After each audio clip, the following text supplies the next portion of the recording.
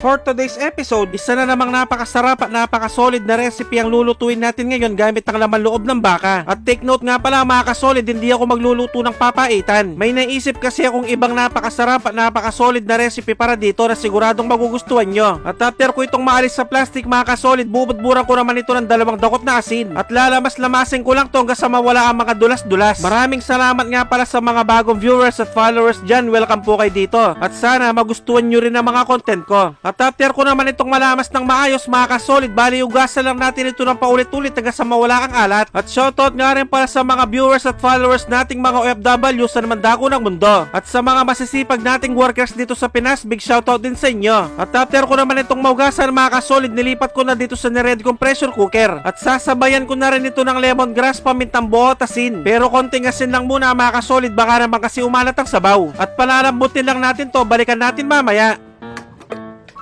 At fast forward tayo mga kasolid, pagkalipas ng nasa 20 minutes na pagpapakulo, pwede na to. Bale, iseset aside ko lang muna to para palamigin. Shoutout kay John Simpao ko ng Caloocan. Bale, gamit yung pinagkuluan ng laman loob mga kasolid, magpapalambot lang tayo ng sampalok. At habang naghihintay tayo, sakto naman malamig na rin yung mga laman loob, start na tayo manghiwa. At siguradong nakasuporta din ngayon si Nila Esparagosa ng Suway, Himalayan City. At si Christian Paul Miranda ng Dubai, maraming salamat po sa panonood. Sa paghiwa nga pala nito mga kasolid, gusto ko yung ganito lang kaliliit, yung parang nagluluto ka lang ng papaitan pero hindi papaitan ang iluluto natin ngayon. At pagkalipas ng ilang minuto, eto na lahat yung mga nahiwa ko. At i-check naman natin yung pinakuluan ko sa palok kanina, ganito naman ang gagawin ko. Bale, dudurugin ko lang to mga kasolid hanggang sa lumabas ang katas. At sakto naman, mainit na rin yung mantika, start na tayong mag-gista ng sibuyas, bawang at sili. Mas lumalabas kasi ang sipa ng sili mga kasolid pag sinama sa paggigisa. At dahil pwede na to, ilalagay ko naman yung mga hiniwa-hiwa ko laman loob ng baka. Bale, sinangkapan ko lang din ito ng patis at pamintang durog. At isasangag-sangag ko lang to sa katamtamang lakas ng apoy hanggang sa medyo matusta ang mga laman loob ng baka. Yung nakikita nyo palang malaking hiwa na yon, taba yun mga kasolid.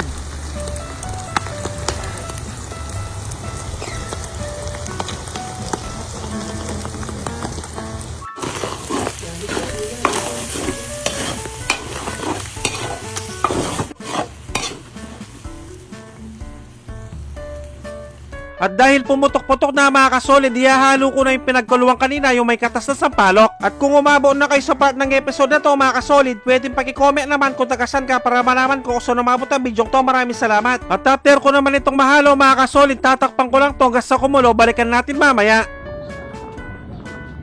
At nang kumukulo na mga kasolid, dahil natabangan pa ako, nagdagdag lang ako ng konting asin. At nilagyan ko lang din ito na siling pansigang. At dahil luto na ang aking napakasarap at napakasolid na sinigang laman loob ng baka, magpiplating na tayo. At syempre, dito na tayo sa pinaka-exciting part, ang tikiman time yun no? Nakakagutom na, kain po tayo mga kasolid.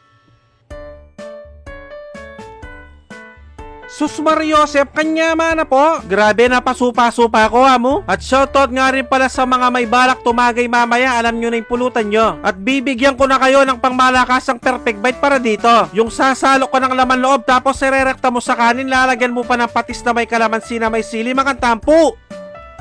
Taksya po, nakalasa ng kalasa. At kung tiyempong hating gabi nyo naman napanood to mga kasolid, mamalengke na kay bukas ng umaga. At pag ganito talagang kinakain ko mga kasolid, hindi ko talaga mapigilang sumubo. Maraming salamat sa mga walang sawang sumusuporta at sumusubaybay sa aking mga video. Magkita-kita ulit tayo next episode. Maraming salamat sa panonood, mag-ingat ang lahat, basta Kapampangan, manyaman!